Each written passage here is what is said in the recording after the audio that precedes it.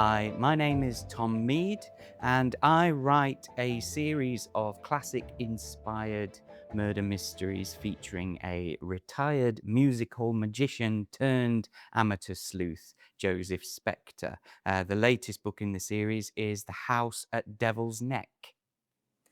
So tell us about the whole idea of the locked room and what fascinates you about it. Well, to me, the locked room mystery is the equivalent of a literary magic trick, I suppose. It's all about misdirection. It's all about controlling what the audience sees, what they don't see, and it gives that same kind of satisfaction to the reader that I think you get from watching a very well performed trick. And I grew up fascinated by stage magic and Agatha Christie, of course, and that whole kind of golden age mystery milieu.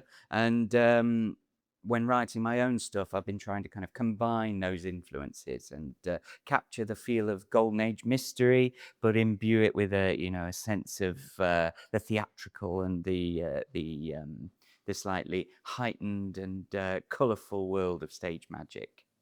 I was going to say, obviously, there is an amazing tradition of this kind of uh, literature, but as a contemporary writer, how do you sort of make it relevant to today, or does that not actually matter? Well, I've never been particularly troubled by markets, trying to write to markets, things like that. I've always been interested in writing the sort of book that I myself would have picked up and read. The first two books, Death and the Conjuror and The Murder Wheel, were written pretty much back to back during the 2020 COVID lockdown. So it was all about escapism. It was all about creating a project that would supply a bit of a bit of escapism, as I say. Today, you've been talking about, the locked room mystery and perhaps giving away, a few of the secrets. Can you give us a bit of an insight into how it works for you as a writer? It's something that I'm very careful about when it comes to giving away the solutions to whodunits. I think you can talk about sort of the mechanics of a trick and the effect that it has on an audience without giving away the actual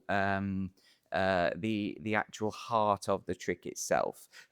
Christie, for instance, some of her books are built around amazingly ingenious but deceptively simple tricks, and I think you can talk about them comfortably without spoiling them for readers. But when I'm writing a whodunit and trying to plot out the impossible crime element, I effectively look at it like a magic performance, and I will usually extrapolate certain details from what I've read or researched to do with, Victorian stage magic and that sort of thing.